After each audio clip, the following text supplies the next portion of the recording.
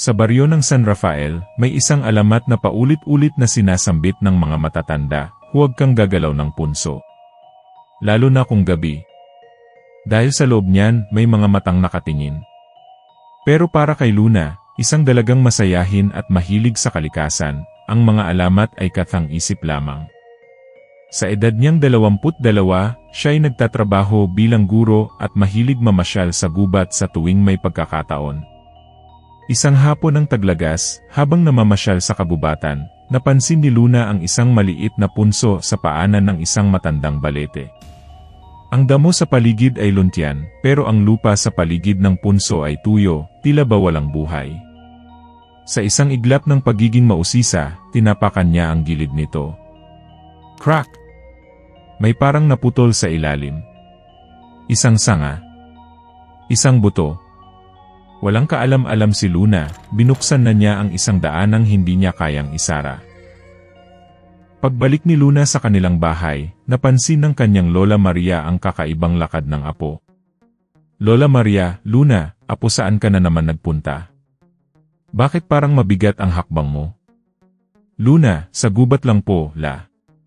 May nakita lang akong punso, tapos natawa ako kasi parang may kwento kayo dati tungkol sa mga duwende. Tinapakan ko nga eh. Biglang lumamig ang paligid. Napatigil si Lola Maria, napalunok, at dahan-dahang lumapit sa kanyang altar. Kumuha ng asin at binudburan si Luna. Luna, La, ano yan? Lola Maria, apo sana hindi mo sila ginising. Kinagabihan, napanaginipan ni Luna ang isang lalaking kakaiba ang itsura, maliit ngunit gwapo, may mapupungay na matang kulay berde, at may korona ng mga tuyong bulaklak. Duwende, ako si Amanikable, tagapangalaga ng punso. Ginising mo ako at ngayoy ikaw ang aking pinili. Nagising si Luna na tumutulo ang pawis. Akala niya'y panaginip lang. Pero pagtingin niya sa salamin, may marka ng daliri sa kanyang leg, parang may yumapos sa kanya sa gitna ng gabi. Simula noon, araw-araw ay sinusundan si Luna ng isang malamig na hangin. May mga bulaklak na naglalabasan sa kanyang landas, at sa bawat pagtulog niya, dinadalaw siya ni Amanikable. Hindi siya takot. Sa katunayan, unti-unti siyang nahulog sa kakaibang nilalang. Luna, kung panaginip lang ito sana, wag na akong magising. Sa mga panaginip, kinukwento ni Amanikable ang kanyang sumpa. Isang duwendeng nilapastangan ng mga tao.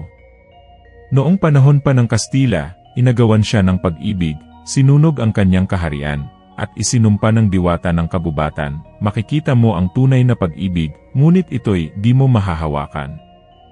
Ngunit sa tuwing nagkikita sila, lalong tumitibok ang puso ni Luna. Kahit sa isang panaginip, nararamdaman niya ang lambing ni Amanikable. Nahulog siya sa isang pag-ibig na hindi niya lubos maintindihan.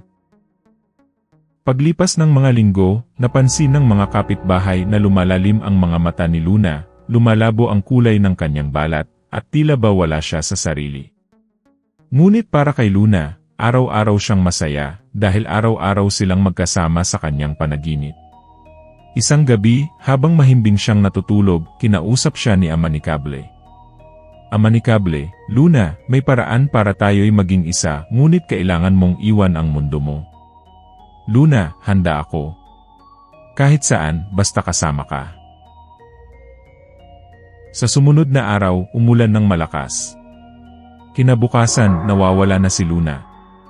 Ang huling nakita sa kanya ay naglalakad sa gubat, nakaputing bestida, may hawak na puting kandila. Si Lola Maria, habang umiiyak, ay nagdasal sa altar. Lola Maria, apo sana'y hindi ka naginulo.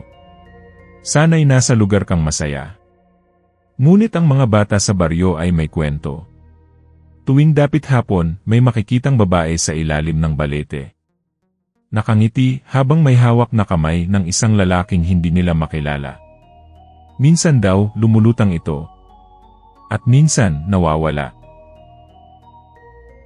Si Luna at si Amanikable ay nagtagpo sa pagitan ng dalawang mundo, isang pag-ibig na binuo ng pagkakamali, ng hiwaga, at ng pagkakaibang hindi maaaring ayusin ng oras o katawan. Ngunit sa lilim ng punso, habang umiihip ang hangin at dumadaloy ang malamig na simoy ng gabi, naririnig pa rin ang tawa ng isang babae at ang bulong ng isang duwende. Pag-ibig ay sumpa, ngunit sa'yo, ito'y naging kalayaan. Ang aral ng kwento ay, matutong rumespeto sa mga nilalang at bagay na hindi natin nauunawaan, sapagkat ang bawat pagpili, lalo na sa ngalan ng pag-ibig, ay may kaakibat na sakripisyo at hindi na mababawi. Subscribe for more videos like this.